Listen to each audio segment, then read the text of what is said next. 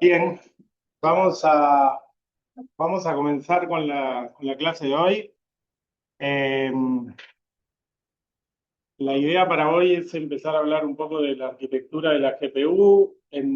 ¿No? Hasta ahora veníamos hablando de cosas más generales, hablamos un poco de paralelismo, con Manuel vimos un poco la parte de motivación y todo eso conmigo. Con Manuel empezaron a ver algo como de programación paralela, pero como en más alto nivel, ¿no? Sin pensar todavía en el dispositivo que vamos a usar. Lo que vamos a ver hoy es cuál es la arquitectura general que tiene la GPU y vamos a ver algunas cosas del modelo clásico de programación sobre GPU. En clases posteriores vamos a ver que ese modelo ha ido cambiando un poco con el paso del tiempo. Algunas cosas las permite hacer de forma un poco distinta. ¿Ah? Entonces, bueno, tenemos muchos temas hoy, demasiado. Entonces vamos a ver primero la arquitectura de la G80, que es clave para entender cómo funciona el modelo de ejecución clásico y la jerarquía de memoria clásica. Y después vamos a hacer un repaso de las principales arquitecturas que hubo hasta Turing, que es en la que van a estar trabajando ustedes. ¿Está?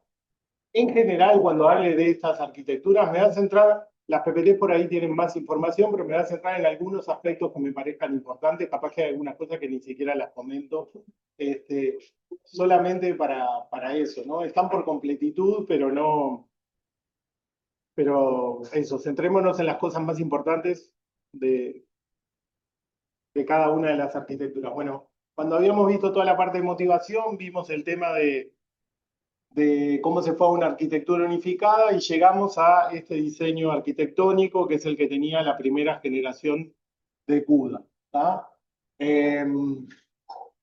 Bueno, entonces esa arquitectura, yo voy a hacer uso de la palabra arquitectura a veces en sentido distinto, a veces voy a hablar de la arquitectura del hardware, digamos, y a veces de la arquitectura conceptual de cómo funciona. Yo creo que se va a entender, si en algún caso no se entiende, me pregunto. Acá cuando decimos la arquitectura CUDA, estamos hablando de la arquitectura conceptual del modelo de ejecución. Bueno, se puede ver como un arreglo escalable de multiprocesadores, o sea que yo podría tener 10 multiprocesadores como podría tener 50, y la misma idea va a funcionar. Y a los multiprocesadores se les llama multithread streaming multiprocessors. Vamos a ver que eso ha ido cambiando el nombre con cada modelo distinto. Y en particular esta arquitectura tiene 16 de esos multiprocesadores, que son los agrupamientos estos de 8 que se ven. Si miran la imagen, están unos agrupamientos de A8, bueno, cada uno de esos es un multiprocesador. Lo cual ya nos sugiere que el paralelismo que voy a poder tener a nivel de multiprocesador máximo va a ser 8. De alguna forma, ya esto me lo sé. Bueno, como podemos ver del dibujo, los multiprocesadores están agrupados en estas pares que se llaman Thread Processing Clusters. En general, los TPC nunca tuvieron, hasta hace relativamente poco, ninguna importancia. En las últimas arquitecturas han empezado a ganar un poco de importancia. Básicamente, esos TPC lo que se usan es para compartir cachés y memorias particulares, como la memoria constante y todo eso. En vez de cada multiprocesador tener sus diferentes espacios de memoria, lo comparte con otro multiprocesador. Acá fíjense que aparece como un caché L1 que está como compartido entre esas dos multiprocesadores. Entonces, bueno, ¿qué es un multiprocesador en esta arquitectura? En la primera, bueno, son 8 procesadores escalares, que se le llaman stream processors. Después, ese fue el primer nombre que se usó. Después empezó a usar CUDA cores. En general yo voy a hablar de CUDA cores, que es el nombre que van a ver hoy en día. Pero son básicamente 8 procesadores que tienen la capacidad de hacer cuentas. Una suma, una multiplicación. Tiene una unidad de instrucciones multihilo, un chip de memoria compartida, y esto lo vamos a ver que aparece mucho en todas las arquitecturas. es algo que pasa en la CPU en muchos casos, pero que también nosotros no lo registramos tanto, que es que necesito unidades especiales, que se les llaman Special Function Units, que me permita hacer algunas operaciones que son más difíciles, que no son sumas y multiplicaciones. Por ejemplo, el seno, el coseno, el logaritmo, la raíz cuadrada. ¿Ah? Para hacer esas operaciones hay como dos estrategias en general. Una es, o utilizo estas Special Function Units, que yo tengo muchas menos en general que cores, o lo que hacen algunos algoritmos, por ejemplo en CUDA se puede compilar de esa forma, que es pedirle que me utilice una aproximación numérica a eso. Entonces, por ejemplo, te hace, para que se imaginen, como una especie de desarrollo de Taylor, ¿ah? que tiene la ventaja que lo puede hacer con sumas y multiplicaciones, que son operaciones que puede ejecutar en los CUDA Core, donde gana más paralelismo y pierde un poquito de precisión. Va a haber en un montón de problemas que eso va a andar bárbaro. Va a haber en problemas que eso no me va a servir. ¿Tá? Eso mismo pasa en la CPU también, pero lo que pasa es que en general, como la relación no es tan grande entre unidades de procesamiento, o sea, la diferencia entre unidades de procesamiento de Special Function Unit no es tan grande, en general yo no me doy cuenta de esto. ¿Tá? O sea, en una CPU hay 4 ALUs, digamos, y esas 4 tienen Special Function Unit. ¿tá? Acá tengo montones y tengo, fíjense, en esta la relación era 8-2. ¿vale?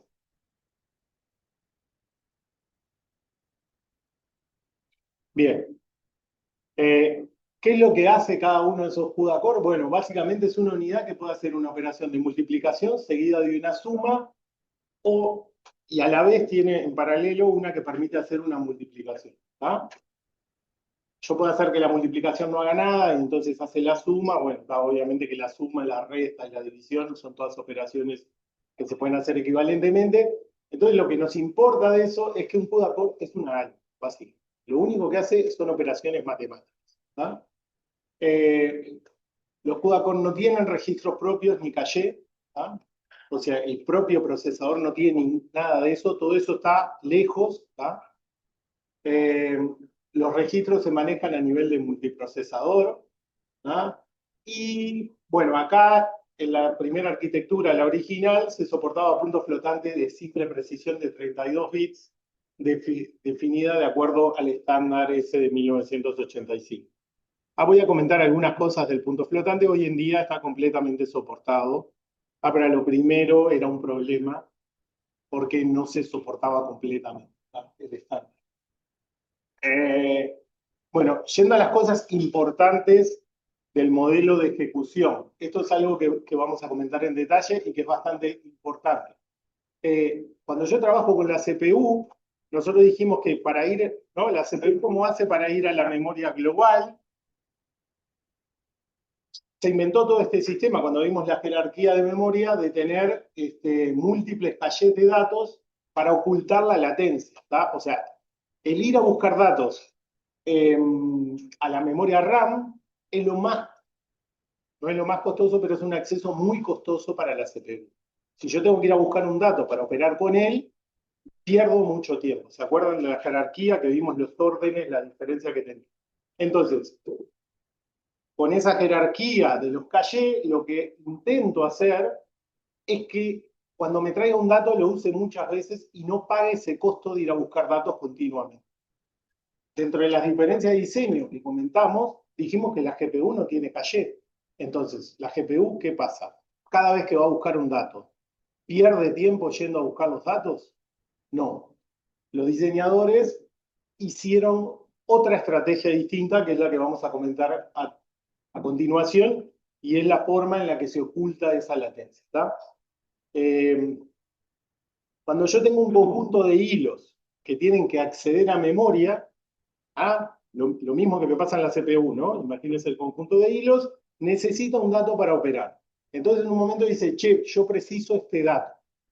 Ahora, la GPU sabe que si ese dato lo está yendo a buscar a la RAM, va a demorar mucho en que ese dato le vuelva. Entonces lo que hace es suspende esos hilos en ejecución hasta que los datos estén disponibles para usarlos. ¿Se entiende eso?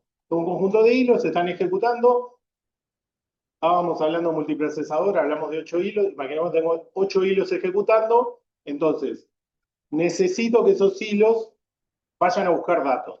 ¿Qué es lo que hace? Dice, bueno, esto va a demorar mucho tiempo en ir a buscar esos datos. Entonces, esto lo suspendo porque no van a tener nada para hacer. ¿Y qué hace? Pone otro conjunto de datos a ejecutar. Entonces, lo que, lo que va a pasar ahí es que si todo funciona bien, lo que me va a hacer creer a mí es que los CUDA cores están todo el tiempo procesando, porque cuando uno se tranca, lo saca y pone a otro que empieza a ejecutar. Y cuando ese se tranca, lo saca y pone a otros que empiezan a ejecutar. ¿Se entiende la idea? La magia, de alguna forma, para que todo eso funcione, es lo que está dicho acá en el tercer paso, que es que el scheduling se tiene que hacer todo por hardware y tiene que ser de forma transparente para el programador y preferentemente sin costo. Cuanto menos costo tenga eso, o sea, ese overhead de decir, vos estás ejecutando, te bajo, te pongo a vos a ejecutar, a vos te saco, llegó el dato, vos ejecutás ahora. ¿Ah? ¿Se entiende la lógica? Sí. Tratando de decir, yo de las de memoria, finalmente es enorme, pero así está mejor. No necesariamente es en orden. En realidad, si vos lo pensás como que todos empiezan en el mismo orden, primero se va a trancar uno yendo a buscar los datos y después se van a trancar otros yendo. Entonces, no necesariamente quiere decir que no estén en orden. Lo que él se encarga es como de hacer ese interleaving para ver quién es el que tiene que ejecutar y qué instrucción ejecutar. ¿Ah? ¿Se entendió la pregunta del compañero y eso? Sí. No, de hecho, las tramas nuevas, las cosas que se están poniendo no son necesariamente en orden, pero no es lo. O sea, no se desprende de esto que tenga por qué ser así. O sea, pueden arrancan los primeros, no sé, vos pones 1000 y pico de hilos a ejecutar, arrancan los primeros que pueden ejecutar. Arrancan, en un momento se trancan. Y los otros van a arrancar de atrás, porque no ejecutaron todavía. Entonces, eso no necesariamente quiere decir que haya como que haya cosas que rompan el orden. O sea, para un hilo, él va a mantener el orden, siempre. ¿Ah? Entonces, acá empieza una de las cosas que tiene la GPU a diferencia de la CPU.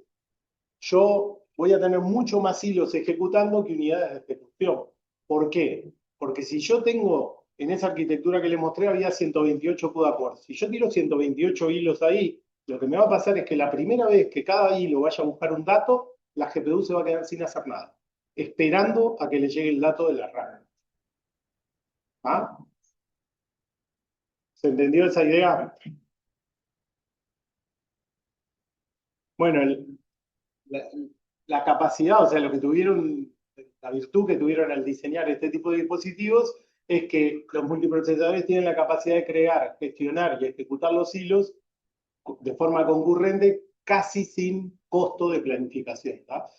Cuando miramos estas primeras arquitecturas vamos a ver que es porque hay un montón de cosas que son cuadraditas y estaban súper restringidas.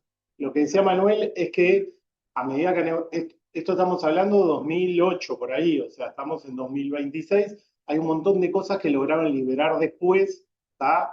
De que no necesariamente se tengan que hacer exactamente todo en el mismo orden y todo igual de estructurado.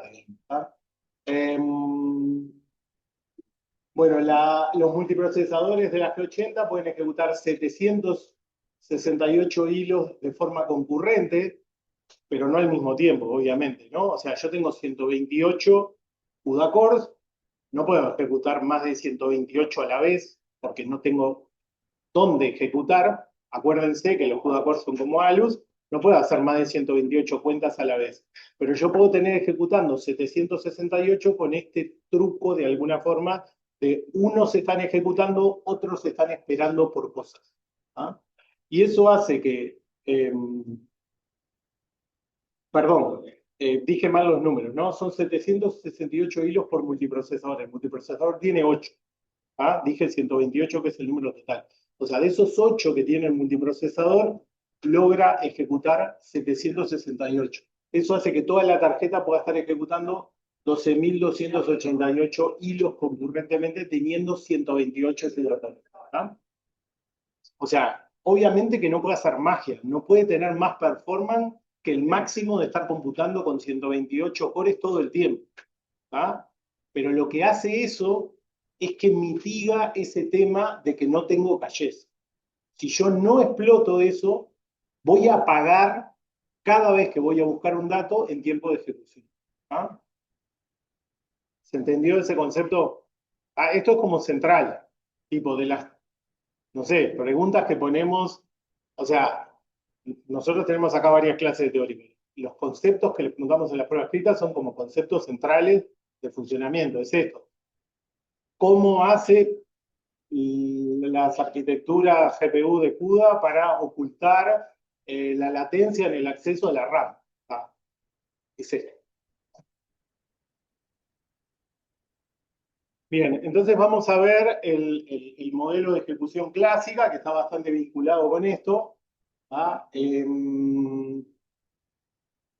Bueno, esto más o menos ya lo dijimos, la arquitectura CUDA en el sentido abstracto permite abstraer la GPU como un conjunto de multiprocesadores, que a la vez esos multiprocesadores están compuestos por procesadores que permiten de alguna forma la ejecución de hilos. En el modelo de ejecución de CUDA original, cada uno de los multiprocesadores ejecuta el mismo programa, pero trabajando sobre distintos datos. Esto, como les decía, es algo que después se relajó, o sea, se permitió hacer de otra forma, pero para entender el primer modelo pensemos que cada multiprocesador tiene que estar ejecutando el mismo kernel, el mismo programa.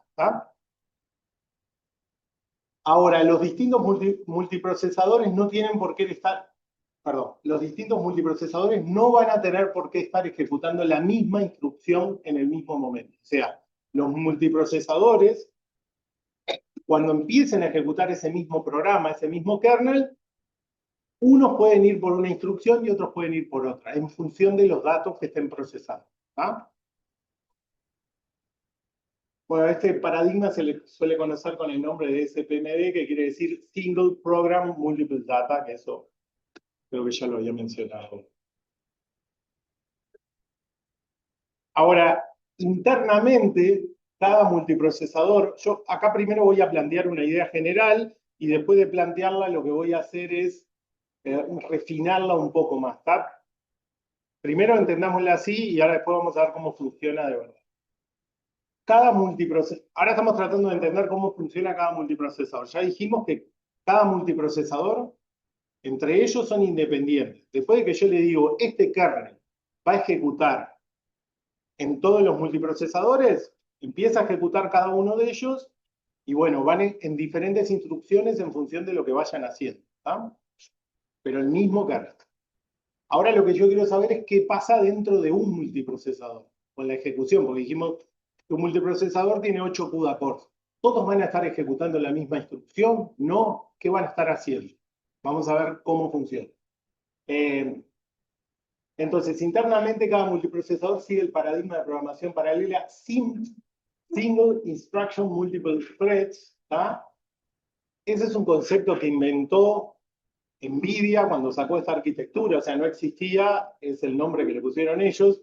Ahora vamos a entender qué quiere decir eso. SIM es similar a SIM, SIM ya lo habíamos visto, es el que yo voy a tener una única instrucción que va a controlar múltiples elementos de procesamiento, pero vamos a ver que no son la misma cosa. SIM ya hablamos hace varias clases, entonces, yo tengo una única instrucción de procesamiento en SIM. Voy a ver si puedo hacer un dibujito ahí por las dudas. ¿Sí? O sea, en SIM yo tengo...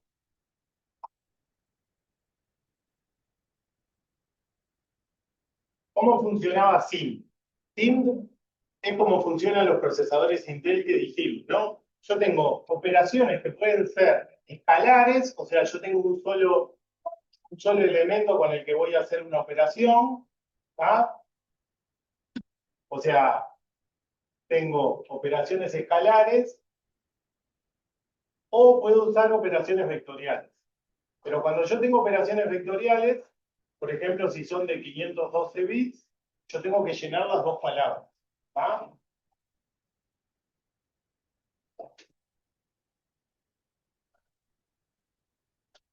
Yo puedo decirle, sumá lo que está en la variable A más la variable B, o sumá las primeras 8 posiciones del vector A más las primeras 8 posiciones del vector B. Para eso uso unas palabras especiales y lo hacen una operación sola, pero son operaciones de un elemento o de vectores.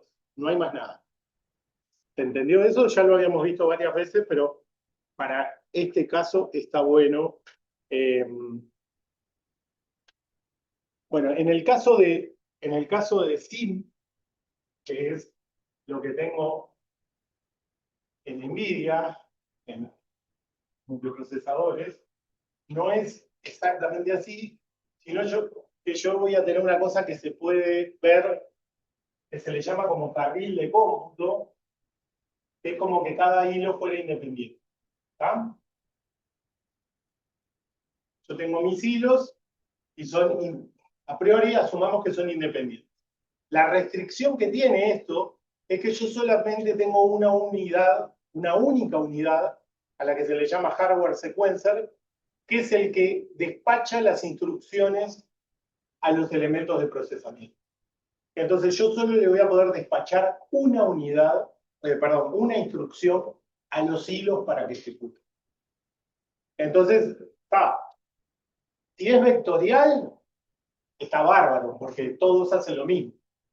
Si yo quisiera que un hilo hiciera algo distinto y todos los otros no, bueno, si este hardware sequencer tiene una forma de decirle activate vos y ustedes no, está bárbaro. Eso sería igual a SIM, está claro, ¿no? Bueno, la diferencia que tiene esto es que permite como cosas de ejecución intermedia.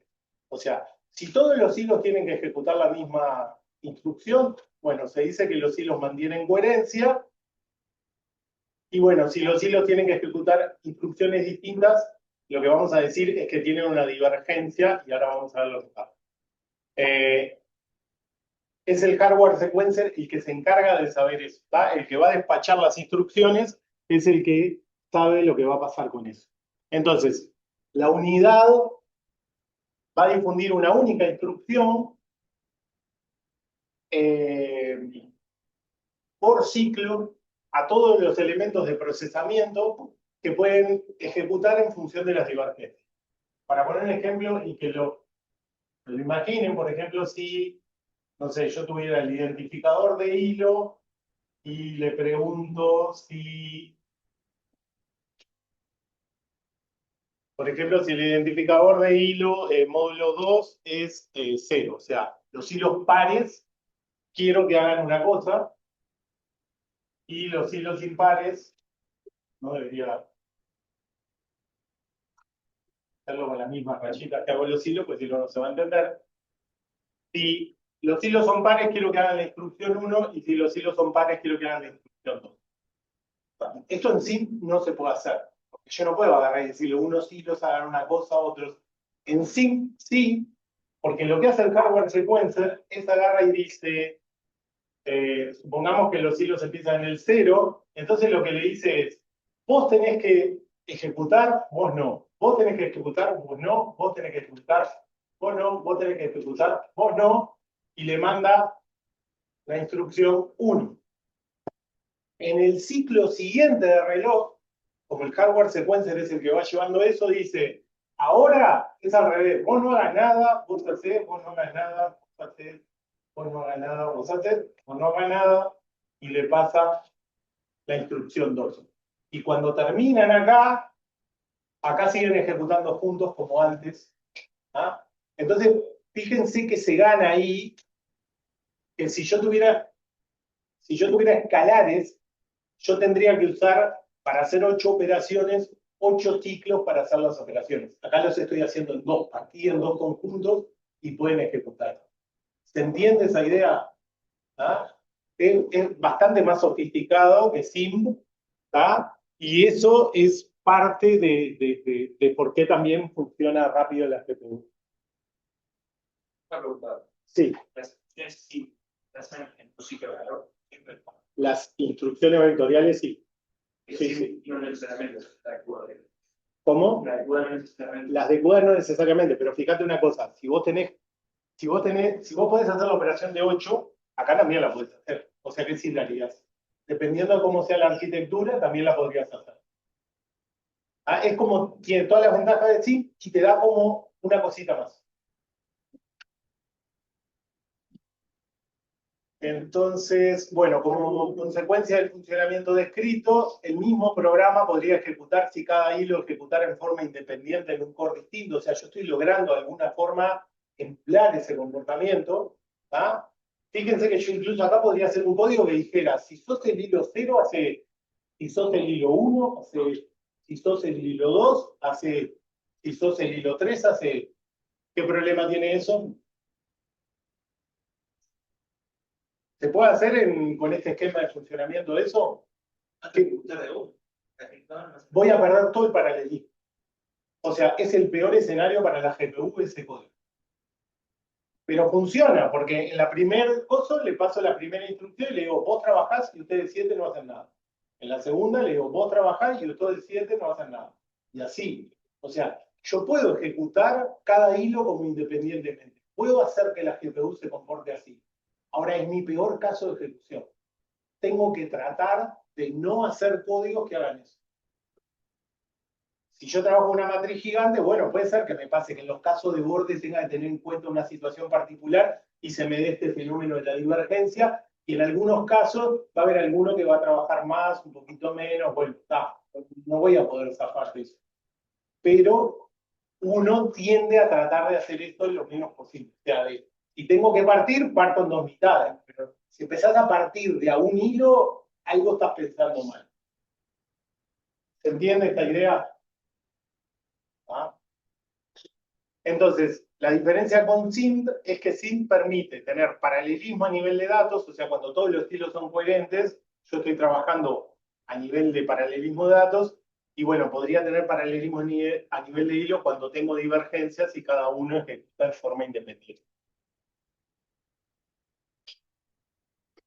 Por eso una de las primeras recomendaciones de la gente cuando empieza a trabajar con GPUs, ¿no? Es poco SIF separando, pero en realidad no es tan así. Bien. Ya hablaron un poco con Manuel seguramente de eso. Los programas que ejecutan en la GPU se les llaman kernels. La GPU puede ejecutar un kernel a la vez. ¿Tá? Esto también, como digo, acá le pusimos modelo clásico. Seguramente si le preguntamos en alguna parte de las preguntas de la prueba o en algo, les vamos a decir si es en el modelo clásico o en el otro modelo. En el modelo clásico yo solo podía tirar un programa a la GPU para que ejecutara. Hoy en día ya puedo tirar dos kernels distintos y pueden ejecutar uno sobre unos multiprocesadores y otro sobre otro. ¿Ah? Eso lo vamos a ver después más adelante. La ejecución de un kernel se realiza por hilos que se organizan en bloques. Todo esto ya lo... No, porque Manuel, la pasada fue de paralelismo en alto nivel, no llegaste a bloques, nada. Esto igual lo van a repasar la que viene con Manuel, pero es la ejecución de un kernel. Yo les hablé de todo este tema de que yo preciso indexar, ¿no? Piensen en eso, yo trabajo con matrices, yo quiero hacer... Fíjense, estamos hablando de que los kernels hacen todo lo mismo con hilos distintos. Entonces, yo necesito, cuando ejecuto y soy un hilo, saber con qué dato tengo que trabajar. ¿Ah? Yo soy el hilo 8. ¿Qué dato uso de toda esa matriz? Para eso necesito índice.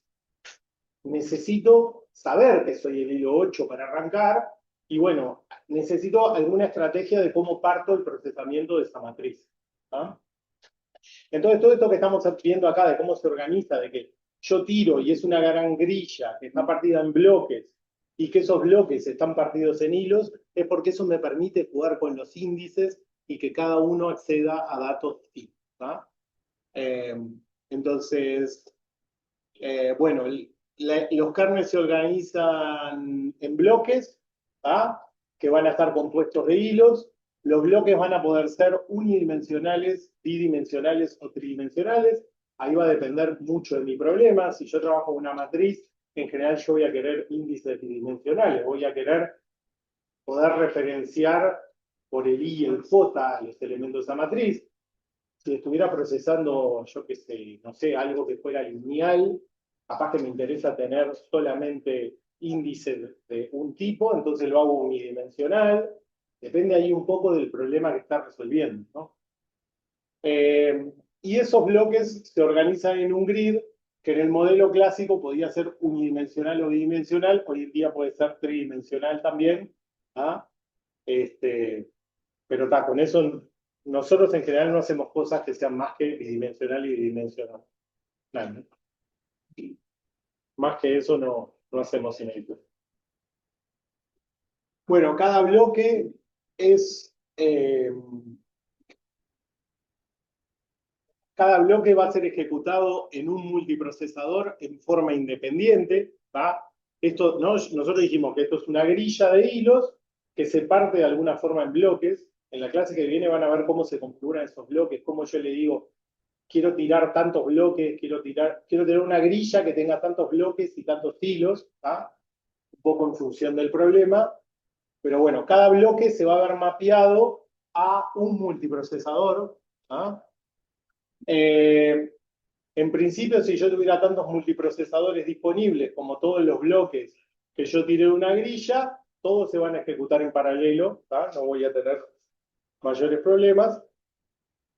Ahora, cuando yo tengo muchos más bloques que multiprocesadores, que va a ser en general el caso, ¿tá? Porque eso, piensen siempre estas cosas que tienen como mucho paralelismo, en general lo que termina pasando es que tus problemas empiezan a crecer en tamaño. ¿Ah?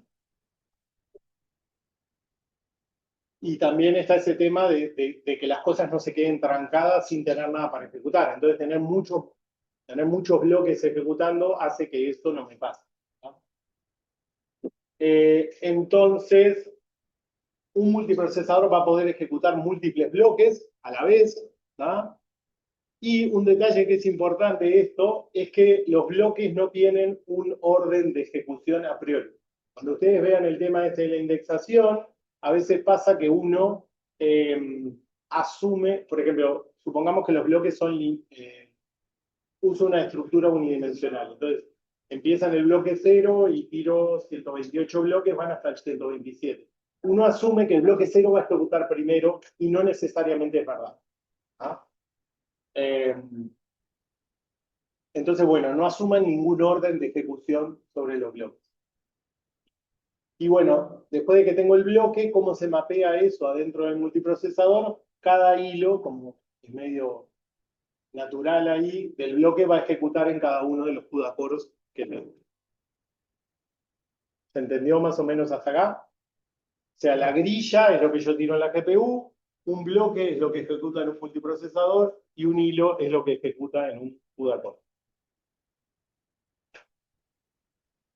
¿Por qué es importante esto? ¿Por qué es ventajoso esta forma de partir así en la grilla, en bloques y los bloques en hilos? Que eso me permite que si yo mañana tengo disponible una GPU con mayor cantidad de multiprocesadores, por ejemplo, eso escala automáticamente. ¿Se acuerdan la primera PPT que decía que es un arreglo escalable de... O sea, si yo uso una GPU de gama media, lo que me va a pasar si yo tiro un montón de bloques es que van a haber algunos que al principio no van a poder ejecutar porque estoy usando todos los multiprocesadores. Quedan como encolados y en algún momento me pueden ejecutar. Ahora, si yo me compro la de gama alta y tiene más multiprocesadores, lo que va a pasar es que automáticamente va a poner más a ejecutar en paralelo. ¿Ah? Por eso esto es como una cosa importante del diseño. ¿Se entendió más o menos hasta acá? Si se entendió hasta acá, voy a pasar a este otro concepto, porque hasta ahora les mentí, les expliqué esto, pero esto que les expliqué no funciona tan así. No son los hilos. Bueno, en realidad estábamos hablando de hilos en abstracto. Ustedes pueden pensar que esto que yo dije es que los hilos de un bloque trabajan solo con un hardware secuencia. vamos a ver que para la planificación usa una unidad, que es este concepto de warps, ¿tá? En el que basa toda la planificación. O sea, toda la planificación de la GPU se basa en los warps, ¿tá?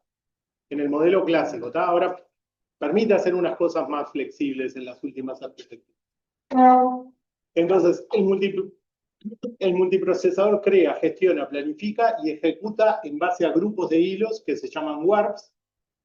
El tamaño de warps en la arquitectura esta original es de 32 hilos. O sea, fíjense que cuando le llegan un bloque y pongámosle que tiro 128 hilos, lo que le hace es partirlos en pedacitos de 32. Fíjense ya lo primero, que el multiprocesador tenía 8 CUDA-cores. O sea que en un ciclo de reloj, eso que preguntabas hoy, no iba a poder ejecutar un warp entero. Porque va a poder ejecutar los 8 primeros y hay 24 que los va a ejecutar como en el segundo ciclo. Ahí ya aprovecha un poco eso para, si tiene que ir a buscar un dato, lo va yendo a buscar mientras esos van ejecutando. Y si cuando todos esos 32 fueron a buscar, todavía no llegaron datos, pone otro warp a ejecutar, ¿no? Entonces, cuando un multiprocesador tiene que ejecutar un bloque, lo particiona en warps, ¿tá? Lo parte en esos pedacitos de 32. Bueno, esto es para un tema de los índices, que también es importante. O sea, esos warps tienen hilos consecutivos, lo cual es medio lógico, porque si no, es bastante raro cómo saber qué está ejecutando. O sea, imagínense que yo tengo algo. Ahora vamos a revisar esto de vuelta, pero imagínense que yo tiré bloques de 128 hilos, entonces en general van a estar numeradas entre 0 y 127. Lo que va a hacer es decir, bueno, del 0 al 31, los primeros 32 hilos son el primer warp. Del hilo 32 al 63 es el segundo warp. ¿Ah? Y con esto va armando la planificación esa que está armando de la ejecución. ¿Tá? Pero no lo hace de a hilo, ni lo hace para todo el bloque. Lo hace en esta unidad, igual.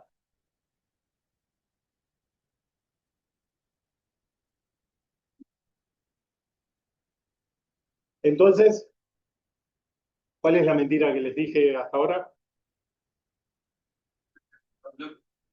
No, eso es verdad. Con respecto al SIM, ¿en base a qué funciona el SIM? Si toda la planificación se hace en base a ese conjunto de 32 hilos, ¿qué es lo que tiene que ejecutar la misma instrucción a la vez? El warp. ¿Ah? Que está bien, en esta primera arquitectura hace mucho ruido de que son de A8 y eso es de A32, y vos me estás diciendo que el hardware sequencer solo manda una instrucción. Bueno, en esos 4 ciclos mandará la misma y se activarán los primeros 8, los segundos 8 y así, ¿no? Entonces, el warp ejecuta una instrucción a la vez. Si los hilos de un warp divergen, porque tengo una bifurcación que de alguna forma depende de los datos, o no, esa que yo tenía ahí dependía del identificador de hilo. Puede pasar que a veces yo lea un dato y en función de ese dato tengo que hacer otra cosa. Datos diferentes hacen que haga cosas distintas. El warp serializa la ejecución de cada uno de los caminos de la bifurcación, que es lo que habíamos puesto acá como instrucción 1 y instrucción 2, deshabilitando los hilos que no forman parte del camino de ejecución. Cuando todos los caminos completan la ejecución, o sea, los hilos convergen y vuelven al mismo camino. O sea, ejecuta la instrucción 1 con los hilos que tenía, después se ejecuta la instrucción 2 con los hilos que tienen que hacer eso, y después los vuelve a juntar al final del clip para seguir con el paralelismo máximo. ¿No? ¿Se entendió eso? O sea, esa noción que discutimos de SIM funciona a nivel de warp. Acá les dibujé 8 hilos y le dije, estos 8 más o menos, no, son 32 y es un warp. Sí. Los dos están corriendo en paralelo. Los warp, ahí está, es como vos te estás planificando la ejecución. Le queda eso un pasito más, que es como lo mapea al fierro de verdad, que es lo que le decía, en esta la G80 El multiprocesador tenía 8 cores. Entonces no podía hacer 32 a la vez ejecutando en paralelo. Te lo hacía usando 4 ciclos de reloj. En el primer ciclo ejecutaba los primeros 8 hilos, en el segundo los siguientes 8, en el tercero los otros 8, y en el último los últimos 8 de ese guardia. Y después pasaba al siguiente guardia. ¿Qué pasa si qué? Bueno, esa es una buena lección. Uno debería usar las cosas en tamaños de los lentes. Si vos tirás, ¿qué pasa? Claro, pero fíjate 32. Si en vez de tirar 32 tiros, yo tiro 25 hilos. ¿Qué es lo que va a pasar? Ponele que no tengo divergencia. Mi paralelismo máximo es 32, yo les voy a mandar la misma instrucción. Bueno, no lo piensen en el karma, piénsalo a nivel de guardia. Yo le voy a tirar y le voy a decir, ejecutar esta misma instrucción con estos primeros 25 hilos. Entonces hay 7 hilos que no están haciendo nada, estoy perdiendo paralelismo. O sea, en realidad no molesta, no pasa nada, pero lo que uno se acostumbra cuando empieza a trabajar con este tipo de dispositivos, a que todo tiene que ser múltiplo de 32. Y los problemas mejores son los que te van múltiplo de 32. Incluso van a ver en alguna otra clase que hay alguna técnica que se llama padding, que es que si vos tenés un problema de 30 en una matriz, por ejemplo, te conviene hacer una matriz de 32 y llenar de ceros, porque acá está todo perfecto, está todo pensado a 32. Ahora después vamos a ver, en clase el lunes que viene vamos a ver algunas cosas de cómo funciona el acceso a la memoria RAM y el acceso a la memoria shared y todo eso, y vamos a ver que otra vez aparecen los 32 hilos por todos lados. Entonces, no usar ese número en general va a hacer que tu performance sea peor. Sí. Un padding de 30 a 32 suena bien. Pasa si tengo 33. ¿Harías un padding de 31? Y bueno, ahí. Porque los problemas de la vida real se abstraen de la realidad. Sí. 33 es el No, ahí hay que ver caso a caso. Ahí capaz que no estás haciendo. Capaz que no te conviene ese tamaño para ese problema. O sea, pensá acá siempre que vas a estar tirando muchísimo más, ¿no? O sea, no es común que sea algo tan así. Lo que te digo es que si tuvieras 1.000.000, no sé cuánto, capaz que el último bloque te conviene tirarlo en la CPU mientras estás procesando la GPU y no quedarte con ese puchito que no te. ¿Ah? Sí. Sí. Creo que quedó todo claro y lo que pasa cuando nosotros jugamos DRG. Claro, el código que yo había hecho acá, que preguntaba si los hilos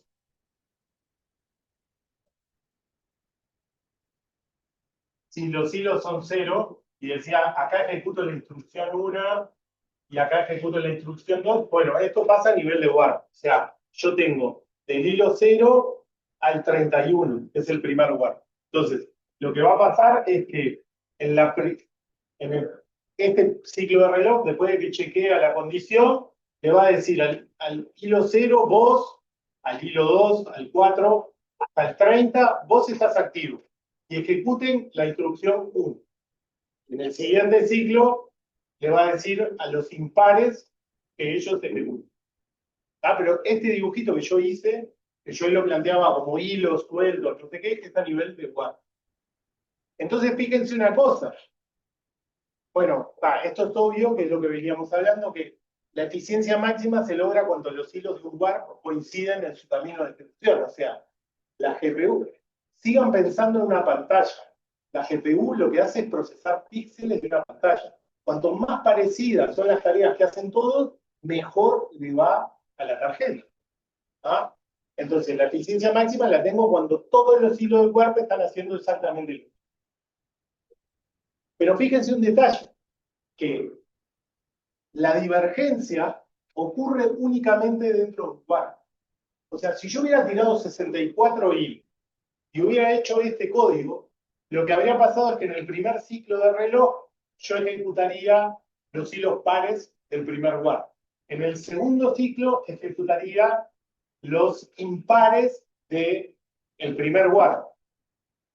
En este ciclo ejecutaría los pares del segundo warp, o sea, de 32 a 63. Y acá ejecutaría perdón, estos son los pares y estos son los impares. Acá usaría, si el hardware lo permite, usaría 4 ciclos para ejecutar esas instrucciones. Si yo puedo cambiar acá el código, asumiendo que son 64, y le digo, si identificador de hilo menor que 32, ejecutar la instrucción 1. Y si mi identificador de hilo está por encima del 32, o sea, del 32 al 63, ¿cómo ejecutaría eso? ¿Qué haría en el primer ciclo? Todos los hilos trabajarían con la instrucción 1. Y en el segundo, todos trabajarían con la otra instrucción y lo hago en la mitad de cosas. Entonces, si yo logro que las divergencias, esas cosas que tienen que hacer cosas distintas, el punto de quiebre sea el otro warp, tengo más paralelismo. ¿Ah? ¿Se entiende eso? O sea, la divergencia pasa a nivel de warp. ¿Ah? Fíjense, les dijimos en las clases anteriores, acá como estoy trabajando con un hardware súper específico, cuanto más entiendo cómo funciona el bajo nivel, más jugo le saco a la performance. ¿Ah? Eso es cambiar la indexación en mi problema. Nada más. ¿Ah? ¿Se entendió esta idea? A distintos warps ejecutan en forma independiente sin tener en cuenta si están ejecutando en caminos comunes o distintos. Es eso mismo que dijimos ahí. ¿Se entendió esto de la forma de ejecución? Podemos saber que algunas cosas de estas se han ido relajando con las siguientes arquitecturas, pero eso lo vamos a hacer más adelante. Vamos a empezar con la memoria, el modelo clásico de memoria, en el cual tengo 6 niveles de memoria, que son la memoria global, que es la memoria RAM de la CPU. Vamos a ver estas que existen, la local, la compartida, los registros, los constantes, las texturas. Los que van a ser más importantes son la global, la compartida y los registros. Las otras son un poco memorias más secundarias. Vamos a hablar de que una memoria es on chip cuando está en el mismo chip que los CUDA cores, y diremos que una memoria es off chip cuando no está en el mismo chip que los CUDA cores y por tanto demora más tiempo en general en acceder. ¿Va? En la memoria global, todos los hilos que están ejecutando en la GPU tienen acceso a ese espacio de memoria global. O sea, todos pueden ver los datos que otro le escribe y todos pueden leer datos que otro escribe en la memoria global. Está dibujada acá. Fíjense que para yo poder trabajar en la GPU, una de las primeras cosas que tengo que hacer es, si tengo que hacer un procesamiento de datos, quiero hacer algo con una red neuronal, no sé qué, es transferir los datos a la memoria RAM de la GPU. Esto se hace por el PCI Express, suele ser algo costoso. Es el acceso más lento de memoria que tengo, es mandarle los datos a la GPU. Eso es lo más caro de todo. Después viene leer de memoria global. Leer de memoria global, o sea, ir a la RAM en la GPU, es el segundo acceso más caro si considero ese de la CPU. ¿Tá? Bueno, es lo que dice acá. Es el acceso más lento y en general no tiene caché. Después vamos a ir viendo que algún caché está apareciendo. ¿Tá? Los registros, todo on chip, o sea, están bien cerca de los hilos, es la memoria más rápida de la GPU y los registros son solamente accesibles para cada hilo. ¿Ah? También, después, más adelante vamos a ver que eso se ha relajado y hay una forma de pasarle un dato de un hilo a otro. Pero, modelo clásico, o sea, lo que es bastante lógico, un hilo solo puede ver sus datos y no puede ver los datos del otro hilo.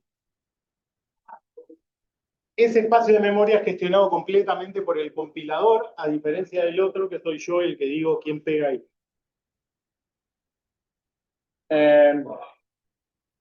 ¿Qué pasa? Como en los registros, a veces me quedo sin registros, porque son memorias que son chicas y están limitadas.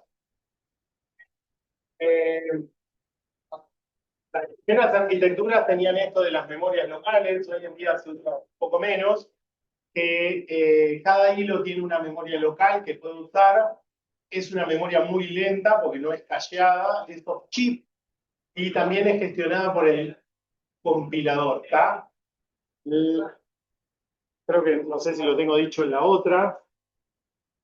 En general, la impresión que uno tenía cuando las cosas se le iban a la memoria local es que lo que pasaba es que no le alcanzaba la cantidad de registros y de alguna forma podía mapear eso a memoria global para que vos pudieras usar más variables, ¿está? ¿Se entiende esa idea? Pero la idea es no usar esta memoria porque es costosísima. No es que uno le dice esto está en memoria. El nombre este es bastante confuso porque no es algo. Memoria local suena que es algo propio del hilo, pero no. Memoria compartida. Cada bloque tiene un espacio de memoria compartida. Acuérdense, dijimos que yo tiro la grilla y tengo bloques que ejecutan en el multiprocesador. Cada bloque va a tener un espacio de memoria compartida, bueno, que va a ser casi tan rápida como los registros, y va a poder ser accedida por cualquier hilo del bloque. O sea, todos los hilos que ejecutan en el mismo bloque pueden comunicarse datos a través de esa memoria compartida sin necesidad de ir a la memoria global. ¿Ah? Si lo piensan en esta lógica, yo tengo una grilla, tiro un bloque y ese bloque está haciendo una tarea en común. Por eso esos hilos cooperan. No cooperan tan fácilmente con los hilos que están en otro bloque. ¿Ah? Y bueno, una cosa que es importante es que el tiempo de vida de esas variables es igual al tiempo de vida del bloque. O sea, cuando el bloque deja de ejecutar, lo que está en esa memoria lo pierde. Entonces, si yo quiero, porque calculé un resultado, hacer algo con eso, lo tengo que bajar a memoria global. ¿Ah?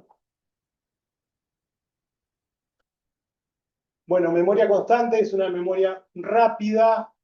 Estas memorias en realidad se usaban bastante en la primera época cuando no existían los cachés. Es una memoria que es solamente de lectura.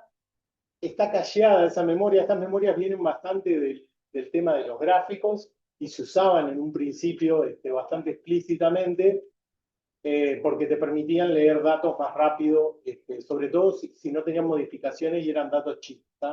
Se puede ver como una especie de caché a memoria global, pero esto tenía espacios, no me acuerdo, creo que eran tipo 4K. Uno no podía leer muchísimos datos a través de eso. Y texturas también tiene. Las constantes, la memoria constante uno escribía ahí y los hilos podían leer, pero no podían escribir. En las texturas los hilos pueden escribir, pero hasta que no terminan de ejecutar, como todos los bloques, no queda el valor actualizado para el. O sea, queda como para la siguiente iteración, digamos, el valor actualizado. ¿No? Pero esto, las memorias en las que deberían concentrarse acá, que son las importantes, es global, registros y memoria constante. Las otras tres están en. Perdón, ¿qué dije? Constante. Constante. Dije constante y es compartido. Entonces, bien, bueno, esta tabla resume un poco esas memorias. Acá lo importante es qué tipo de acceso son y si tienen caché. Fíjense, la constante es solo de lectura. Las locales y las globales son de lectura-escritura. El tiempo de vida de esas es la aplicación. Después la memoria compartida es de lectura y escritura. El alcance es el bloque, o sea, solo lo pueden ver los mismos hilos del mismo bloque. Y el tiempo de vida es el bloque. Los registros, las que dijimos que eran importantes son estas: registros, compartida y global. Las otras, con el uso de los cachés, han perdido bastante fuerza. Y acá dice read, rewrite y esto con signos de pregunta, porque es esto que les digo, depende, vos escribís, pero no es que el cambio se vea automáticamente. Sí. Ya que mencionó que no son relevantes, ¿quién carga lo que se lee de la Vos la cargás en tu programa. previamente?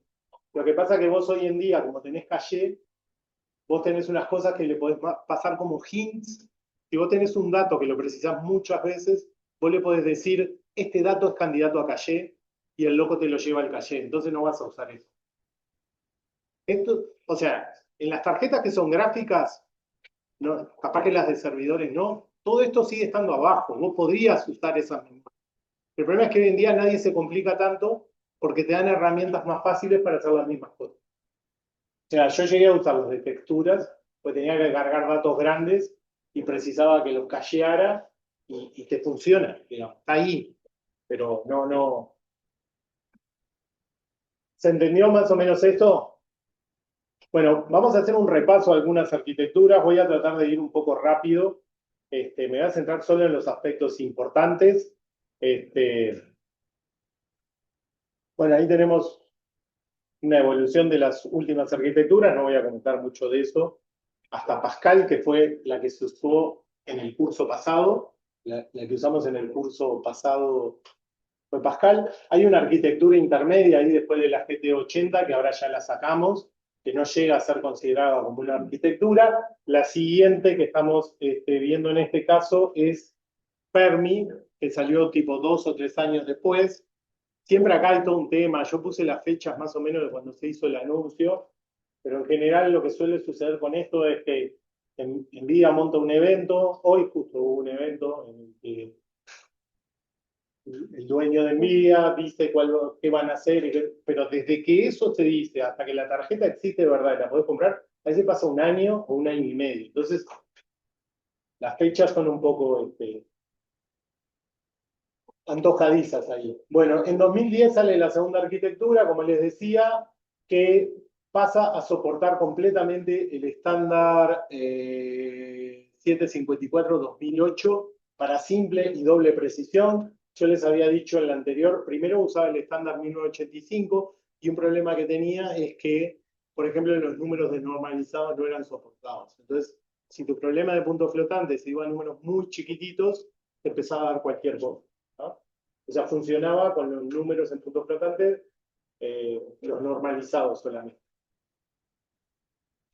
Bueno, acá hay algunas cosas que son importantes para la programación, que es que se unifican los espacios de direcciones de memoria. Nosotros eso en el curso no lo usamos mucho, pero para la gente que programa en C++ eso es bastante bueno. Yo les voy a mostrar algunas ilustraciones de cada una de las arquitecturas, solamente, o sea, para que vean una cosa que para mí es importante, que dejé de la clase de hoy, aparte de todo esto que vimos hasta ahora, que tiene que ver con cómo ese modelo de ejecución y de memoria abstrae de buena forma la GPU, que si vos mirás cada arquitectura son completamente distintas. Tienen diferente cantidad de multiprocesadores, diferente cantidad de CUDA cores en cada multiprocesador, las relaciones entre eso y las memorias es completamente distinta. Y si vos agarrás un código que hiciste en su momento para G80 y lo ejecutás hoy en día, funciona. ¿Ah? Eso es como como gran parte de la base de que CUDA CUDA como lenguaje de programación y todo eso se haya impuesto hasta el día de hoy, ¿no? Es lo mismo que pasa con Windows, digamos, si lo mirás desde el lado de los sistemas operativos. Siempre aseguraron compatibilidad hacia adelante y eso hace de alguna forma que la gente lo siga usando, ¿no? Bueno, acá lo pueden pensar de esa forma desde el punto de vista de la programación. O sea, ese modelo de ejecución, esa idea que plantearon con esa primera arquitectura, hasta el día de hoy, si bien ha tenido parchecitos y pequeños cambios, sigue funcionando y la base de la ejecución sigue siendo eso. Entonces, bueno, acá teníamos 16 multiprocesadores, cada uno con 32 CUDA cores. Siempre cuando pongo algo acá, es la arquitectura máxima. O sea, si te compras la tarjeta más salada de esa generación, viene con ese. Después hay varias tarjetas que son más chiquitas, ¿no? Con menos capacidad. ¿Ah? Y tenía 512 CUDA cores. Cambia acá la forma de esta idea, vamos a ver que aparece varias veces, es que, bueno, por un lado, los multiprocesadores están organizados en dos bloques, ¿no? Esto que me preguntabas hoy, bueno, ahora tengo 32 CUDA cores en un multiprocesador. Tal, lo que voy a hacer es ejecutar un warp en un ciclo solo de reloj. Lo pusieron por eso. No, está partido en dos pedacitos de 16 y ejecuta de a medio warp. ¿Por qué pasan estas cosas? Bueno, esto no revela por qué hacen ellos esto así. Yo imagino que tiene que ver también con eso, con el no pagar sobrecostos cuando te están cayendo a los datos. O sea, porque si vos tratás de usar la capacidad máxima para hacer algo, ¿tá? O sea, vos acá lo que podés tener es que tiraste un hash warp acá, o sea, 16 hilos acá y 16 hilos acá de otro warp, y si uno se tranca, el otro sigue funcionando. ¿Ah? Pero a ciencia cierta es muy difícil saber, ¿tá? Pero entiendan eso, que más allá de que el warp sea de A32, por ejemplo, han habido varias arquitecturas con 32 CUDA cores y que no usan un warp solo. Es 16 se manejan juntos y 16 se manejan juntos. ¿Y qué hacen? Bueno, ponen un warp y lo ejecutan dos ciclos. ¿Ah? Bueno, otra cosa que esto también lo usaron en varias arquitecturas es que desacoplan la ejecución de los CUDA cores, o sea, los que se encargan de hacer las operaciones de punto flotante o de enteros de las Special Function Units. Entonces, si tu código está haciendo varias operaciones y el compilador le puede sacar jugo, puede hacer que los dos trabajen en paralelo, ¿no?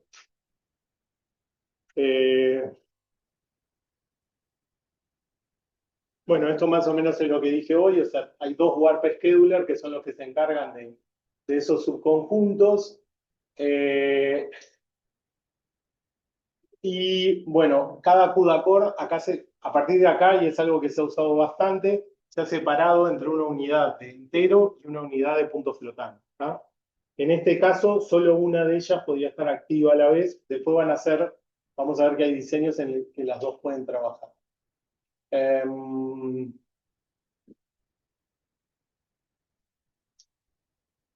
Bueno, la memoria compartida que mencionaba hoy, a partir de esta arquitectura, ¿tá? Hay una parte de esa memoria compartida que yo le puedo decir funcionar como un caché, como caché L1, y ahí es lo que decía que eso de las constantes empezó a perder sentido porque yo podía darle hints de qué datos quería que pusiera ahí.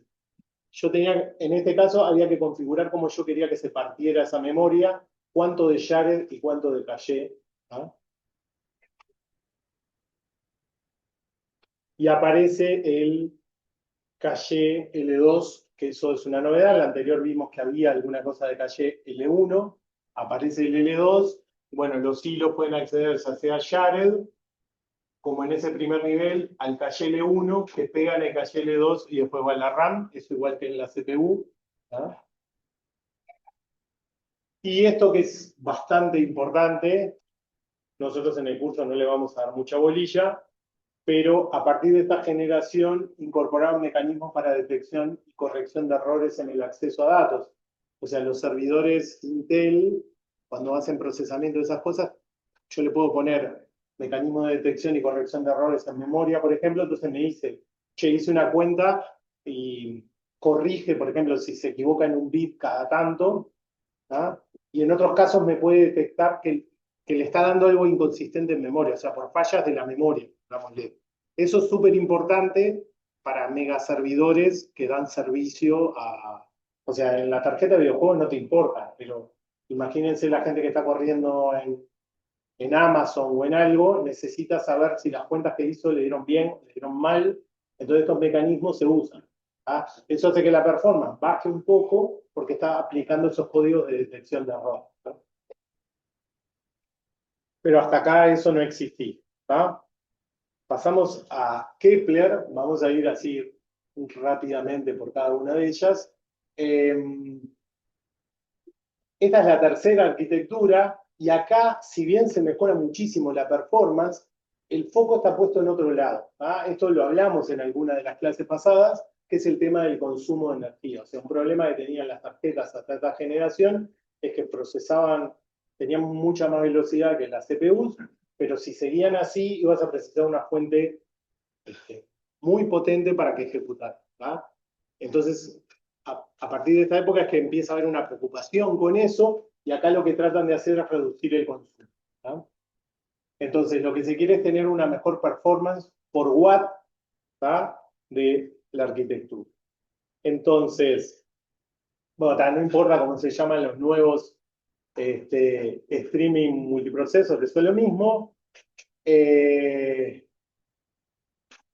Lo que sí es importante es que nosotros no lo habíamos mencionado hasta ahora, es que los multiprocesadores de cómputo y a la vez gráfico funcionaban como con dos velocidades de reloj distintas. ¿Tá? O sea, el mismo dispositivo podía desplegar gráficos, podía hacer cuentas para los gráficos o podía hacer cuentas para cómputos. Entonces, ¿cómo venían funcionando hasta ahora? Si yo los usaba para hacer cuentas, era 2 veces la velocidad de los gráficos. ¿Tá? El reloj era 2 veces más rápido. Entonces, si miramos cómo viene Fermi, por ejemplo, usa o sea, el clock gráfico es de 772 MHz, pero el de cómputo, el shader, era de 1544. Si miramos en la arquitectura Kepler, acuérdense lo que dijimos, ¿no? Aumentar la velocidad de los relojes es lo que hacía que aumentara el consumo energético. Entonces, si bajo el reloj, baja el consumo. Entonces bajan el reloj a 1000, ¿tá? Bueno, y entonces lo que me pasa es que si yo bajo el reloj, bajo la performance.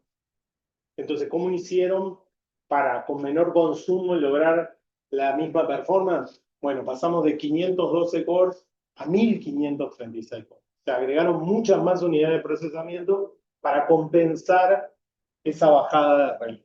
¿Ah? Bueno, sobre la estructura no tiene nada importante. Es la primera que utiliza PCI Express 3.0. ¿Tá? Que bueno, también es importante que los equipos soporten los PCI que soportan,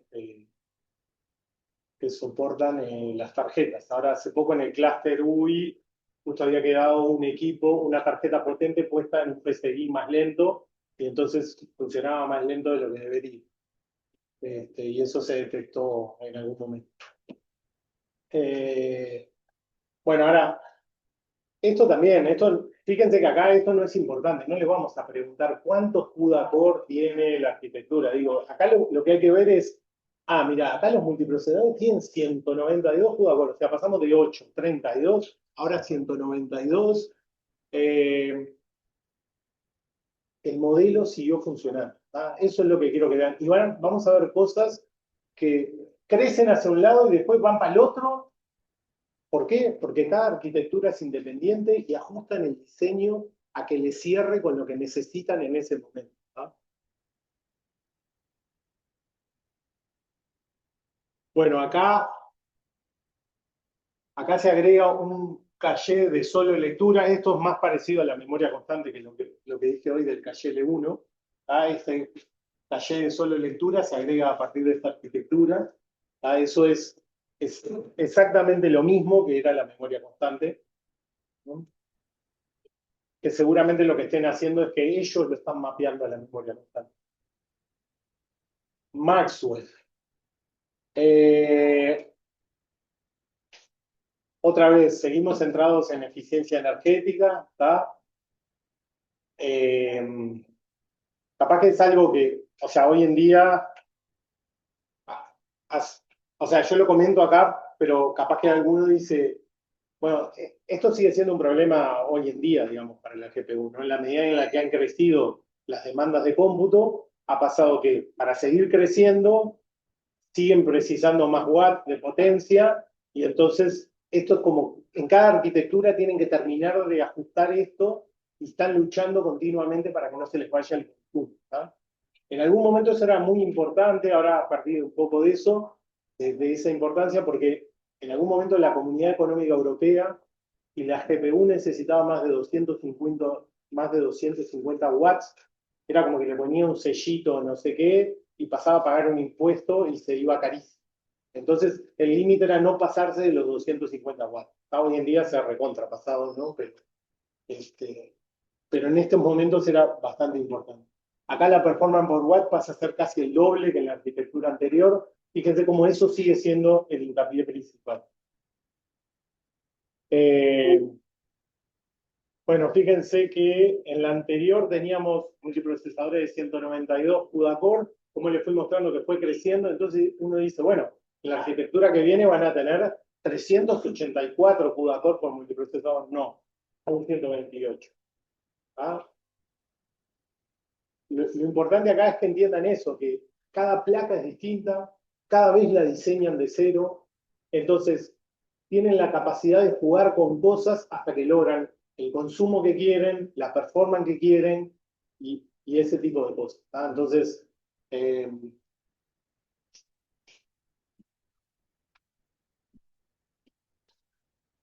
bueno, esto más o menos ya hablamos de las particiones estas en diferentes warp schedulers y de esas cosas. No voy a detenerme más ahí. Bueno, acá pasamos a Pascal. Creo que nos queda una o dos y ya redondeamos. Acá estamos hablando de 60 multiprocesadores. Fíjense que ya es un bicho bastante grande. Acá sí hay un montón de cambios. Esta es la última tarjeta que veníamos usando hasta ahora. Venían trabajando en la P100 de Cluster UI. Este año vamos a cambiar a una más nueva, que ahora vamos a comentarlo.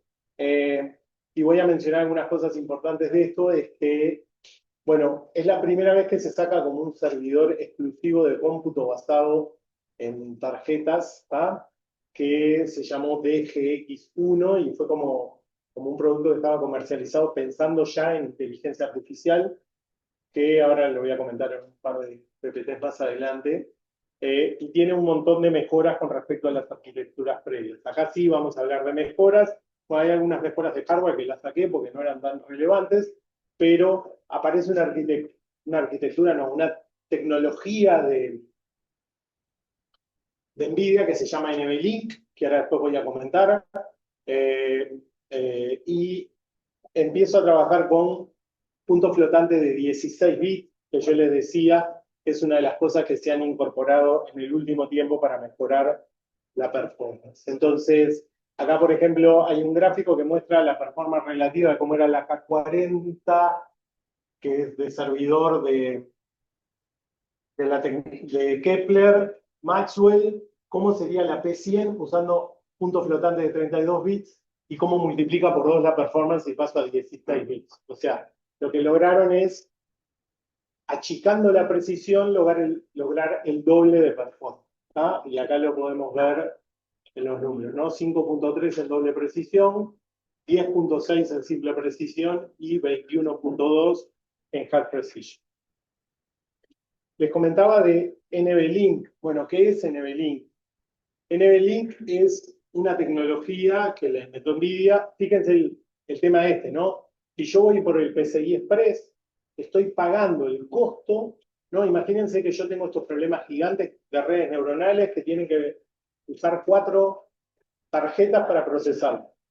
Si yo tengo que enviar datos entre las GPU de una a la otra, tienen que ir por el PCI Express. Están compitiendo todo el tiempo por esa registro. Eso es súper costoso y súper lento.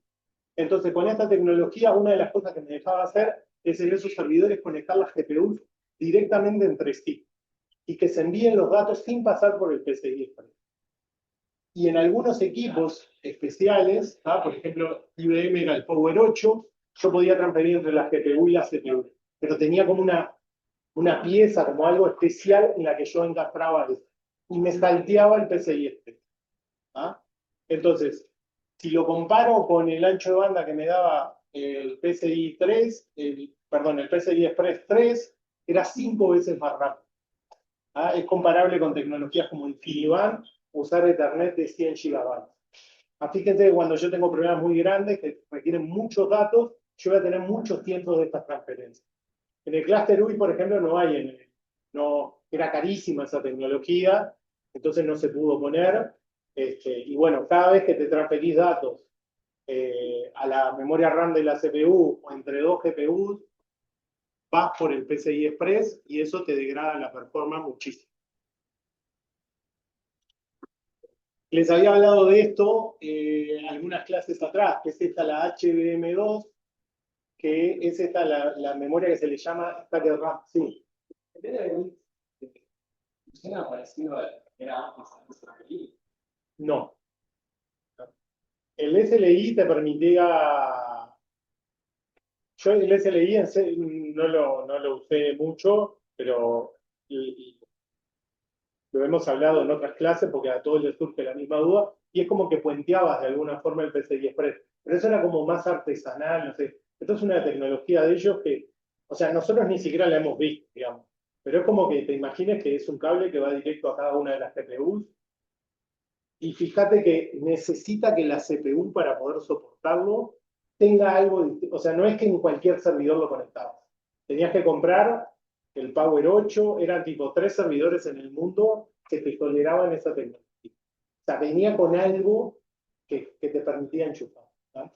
Ahora lo que he visto en las últimas, que para estas no llegué, porque creo que todavía no, en estas arquitecturas no estaba soportada, es que ahora inventaron como una cosa intermedia, que me parece que sí es más parecido al SLI, que lo conectás como en cualquier lado y podés puentear el PCI Express, que no me acuerdo cómo se llama, ¿te acordás que bueno, entonces no pagó por Ernesto? Que lo vi hace poco y dije, esta es la misma idea del SLI, ¿qué es eso? Lo podés conectar en cualquier máquina. ¿Ah? Esto es como algo propietario de ellos, caro. Pero es eso, lo que le termina pasando es que la gente no lo puede usar porque es muy caro. Entonces, ahora hicieron algo que no es tan rápido, pero es más rápido que el PCI.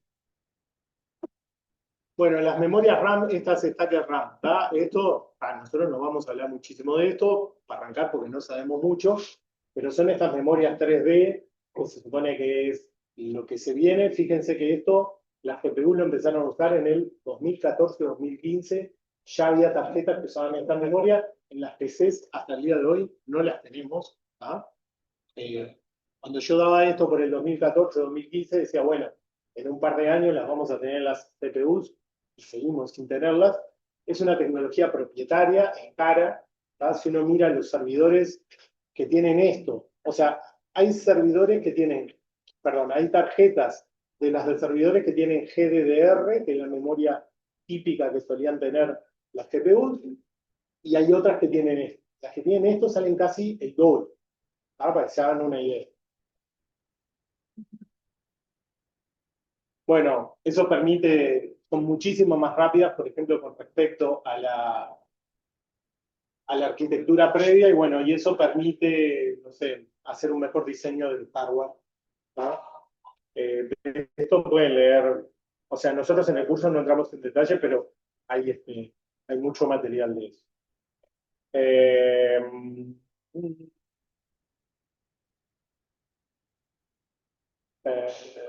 bueno, de esto no voy a comentar mucho. Bueno, en esta arquitectura otra vez se volvió a tener la mitad de unidades de doble precisión que de cores. Entonces otra vez la relación vuelve a ser 2:1, que eso se había perdido en alguna de las arquitecturas anteriores. Y bueno, alguna cosa más se agregó, si bien había soporte para el estándar, no estaba la operación esa, la multiplicación seguida de suma, y eso se agrega a partir de esta arquitectura. ¿tá? Esto sí es también bastante importante, que es que se empieza a agregar soporte para puntos flotantes de 16 bits. ¿Por qué? Porque en Deep Learning, sobre todo cuando trabajo con imágenes o con video, en general yo no precisaba ni doble precisión, incluso la simple precisión es, es eso, estoy haciendo cuentas en una precisión que es mucho más de lo que yo preciso para que las redes funcionen bien. Eso se dieron cuenta hace años. Hay muchos algoritmos que usan técnicas de cuantización, después voy a volver a hablar de eso. Entonces achican como el problema y eso hace que anden más rápido. Si el hardware puede procesar esas cosas con menor precisión, sacándole jugo a eso, puede aumentar la performance. ¿tá? Entonces, una ventaja que obviamente tengo es que achico el espacio que me ocupan las cosas en memoria. O sea, con respecto a simple precisión, a la mitad. Si fuera con respecto a doble, la cuarta parte. Entonces puedo hacer más, o sea, puedo trabajar más datos en una misma GPU de los que trabajaba antes. Entonces me disminuyen también los accesos a memoria. ¿tá? Y a partir de esta generación lo que lograron es que yo pueda hacer las dos operaciones de puntos flotantes de 16 bits, en lo que me llevaba una de 32 bits. Bueno, les hablé de que estaba el servidor ese gigante, ahí está la especificación técnica. Hoy en día está casi obsoleto esto, o sea, no obsoleto, pero casi. En ese momento eran 8 tarjetas con 20 cores de Intel, 2 placas de eso, y era como, creo que esto andaba, en algún momento acá se llegó a ver si se podía llegar a comprar uno, y andaba entre $500.000 y $1.000.000 más o menos comprarlo. Obviamente que no se compró. La arquitectura Volta, acá se sigue trabajando con el tema este de la Half Precision, que vemos que sube un montón. Eso es, o sea, ¿qué pasó? Que Nvidia en un momento se ha ido moviendo hacia quién es el usuario que le está usando las tarjetas más. Entonces se dieron cuenta de que la mayoría de la gente que está haciendo redes neuronales puede usar algoritmos cuantizados, ya sea en lenguaje natural o en el tema imagen, entonces empezaron a concentrarse en esto de achicar las representaciones. Ahora después vamos a ver, creo que es en Turing, si no me acuerdo mal, que puedo trabajar con enteros de 8 y con enteros de 4, ¿ah? 4 bits. La gran novedad en esta arquitectura envuelta es que aparecen los Tensor Cores. Después de que se dieron cuenta de que yo puedo trabajar con 16 bits, lo otro que se dieron cuenta es que la mayoría de gente lo que quiere hacer son multiplicaciones. Entonces, agregaron estos Tensor Core que lo que hacen básicamente son multiplicaciones de matrices en 16 bits. ¿Ah?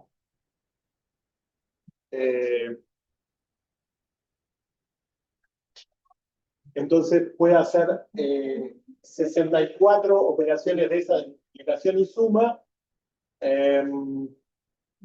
y trabajan con entradas de Half Precision en 16, en punto flotante de 16, y después yo puedo elegir cómo acumular los resultados. Los puedo acumular en 16 bits o en 32. Entonces pierdo como que pierdo un poco de precisión en el medio de mis cuentas, pero después te presento el resultado en la misma precisión que vos venías trabajando. ¿Ah? Dependiendo del problema, con eso me alcanza. Bueno, Turing es en la arquitectura que van a trabajar ustedes. Van a trabajar en la GeForce RTX 2080 Ti, que tiene 4.352 CUDA cores, 11 GB de memoria, 616 GB por segundo es el ancho de banda, y bueno, la performance que tiene es esa. Fíjense que la performance del doble de precisión es un desastre, porque la 2080 Ti está pensada para videojuegos, entonces le ponen menos unidades de cómputo de ese tipo. Fíjense que las operaciones de Tensor Core no hay, ¿no? O sea, tiene una performance similar a las que están pensadas para servidores, no es que eso se lo bajan de alguna forma. Capaz que es una próxima cosa que hacen en futuras arquitecturas, para que tengas que comprarle la del servidor.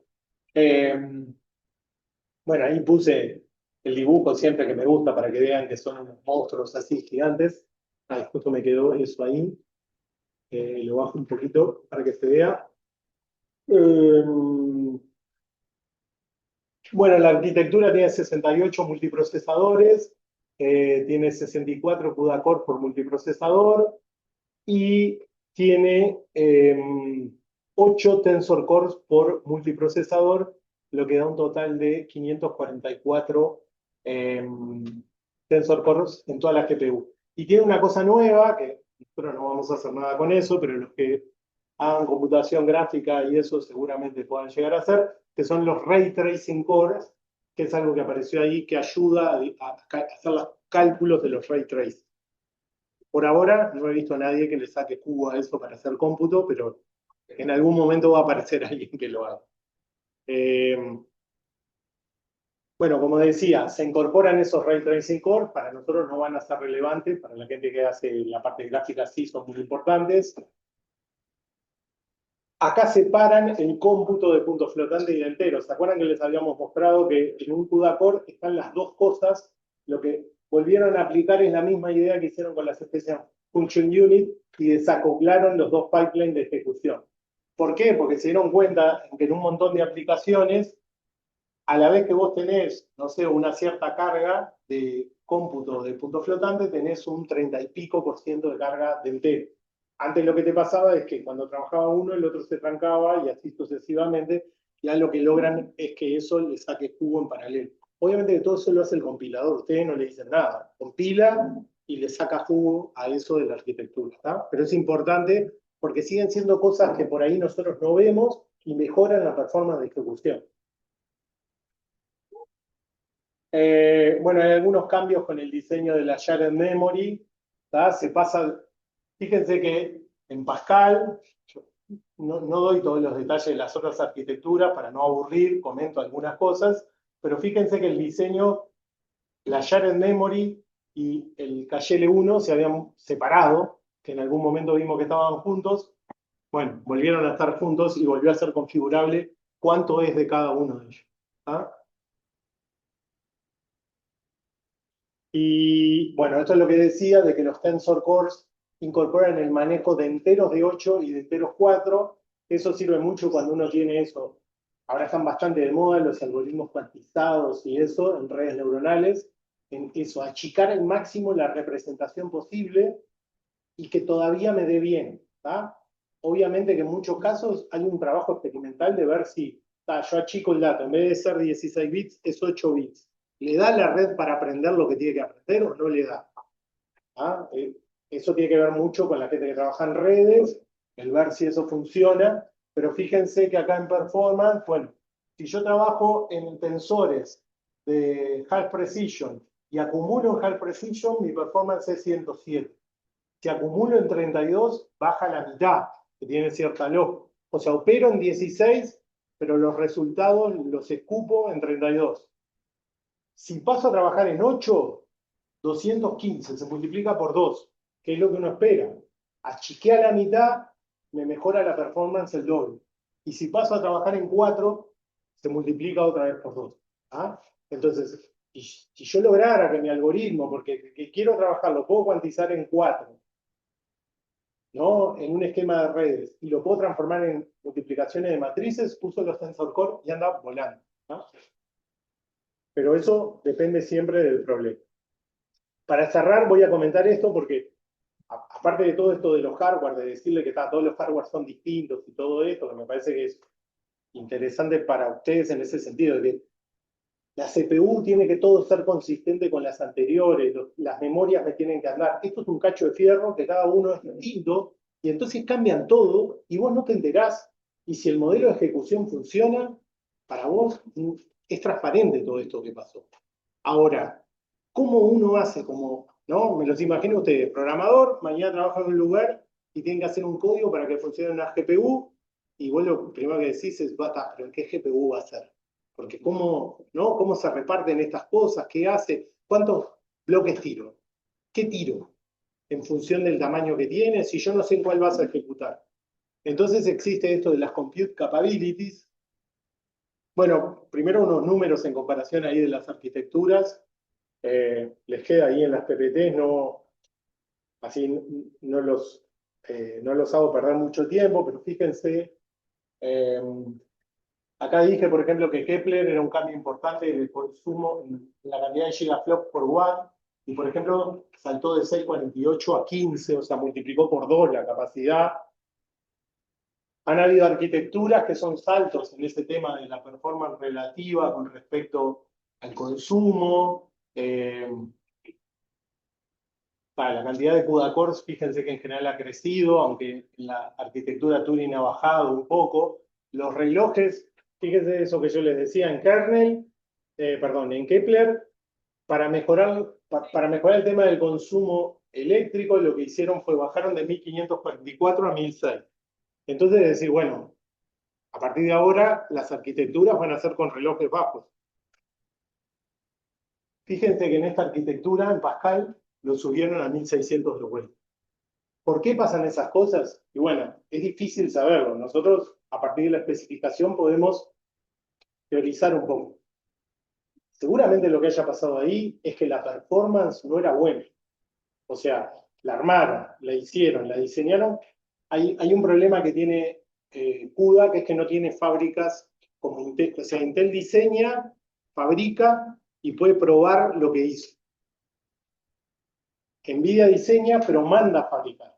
Entonces, su ciclo es muy lento de saber si algo funciona bien o no funciona bien. Entonces, si se enteran que la tarjeta no tiene la performance adecuada, y lo que deben a derecho es haber overclockeado todo para que ande más rápido, digamos, y que vos como usuario no percibas que esa tarjeta se arrastra. ¿Tá? Pero eso uno lo puede intuir en función de las cosas de la especificación, pero en realidad no sabe. Y fíjense que su objetivo claramente es bajarlo. Pero cada tanto, cuando algo no anda, y bueno, si aumenta el reloj y aguanta, va a andar más rápido. ¿Ah? Bueno, entonces les mencionaba esto de las compute capabilities. Yo tengo que conocer las características de las diferentes tarjetas. O sea, si yo hago un programa y quiero que ejecuten varias tarjetas, que es la situación normal, nosotros lo tenemos más fácil porque hacemos investigación.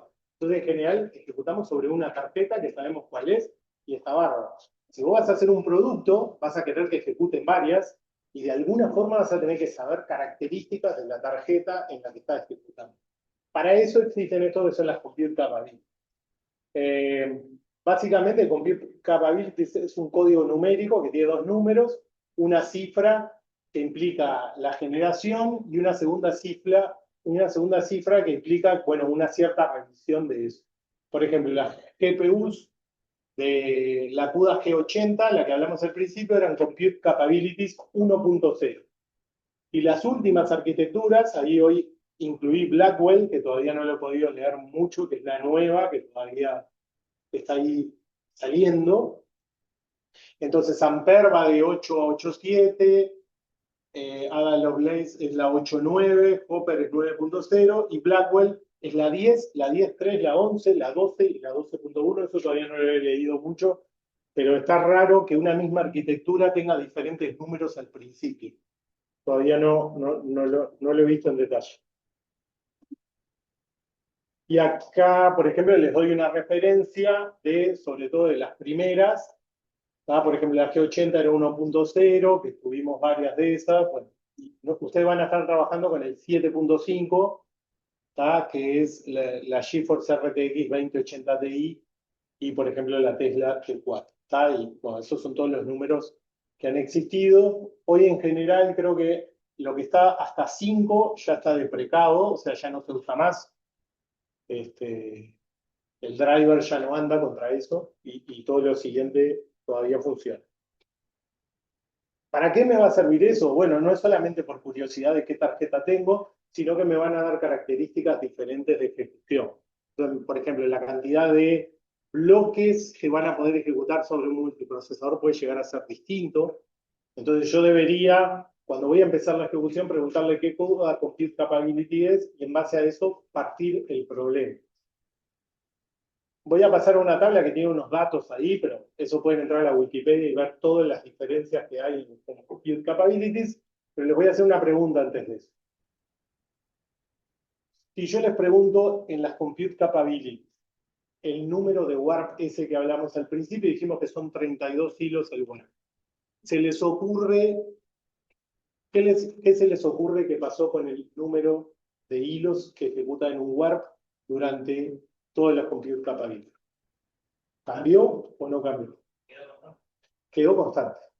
Porque fíjense eso de partir entre 32, si yo eso tengo todos mis códigos así, si un día este número lo tocan, todas las cosas que yo tengo hecho antes dejan de funcionar. Entonces ese número, seguramente en algún momento lo tengan que cambiar, pero pasaron 18 años y ese número sigue fijo. Entonces, bueno, acá tengo de las arquitecturas hasta la 7.5, que es la que van a trabajar ellos. Ustedes, digo, el tamaño de warp ha estado fijo en todas las Compute Capabilities. La cantidad de warp residentes por multiprocesador, por ejemplo, fíjense, ha subido en algunas y ahora en la que van a trabajar ustedes bajó. La cantidad de hilos residentes por multiprocesador también ha ido subiendo, 2048. En la arquitectura de Turing es un poquito menos. Bueno, la cantidad de registros por multiprocesador, fíjense acá, hubo una de 128, pero eso rápidamente cayó en desuso y pasaron todos a ser de 64. Yo les había dicho que las dimensiones de la grilla originalmente eran 2, o sea, y ahora son 3, desde la 2 y pico. Y bueno, esto pueden, en la Wikipedia hay un montón de cosas que no iba a poner acá mucho detalle, pero es eso, soporta int 8. En base a la compute capability vos sabés si lo soporta o no lo soporta. Soporta floating point de 16, en base a la compute capability lo sabes. ¿Ah? Si uno fuera a hacer una aplicación comercial que cree que la van a usar diferentes tarjetas, uno debería arrancar, uno puede preguntar a la tarjeta qué compute capability sos y en base a eso debería configurar cosas para ejecutar de forma un poco distinta, porque las tarjetas van a ser muy distintas. ¿Ah? ¿Se entendió un poco esta parte? Bien, si se entendió eso, dejamos por ahí, con eso terminamos por hoy, con la paliza esta de... Antes iba hasta Kepler esto y ahora de computing.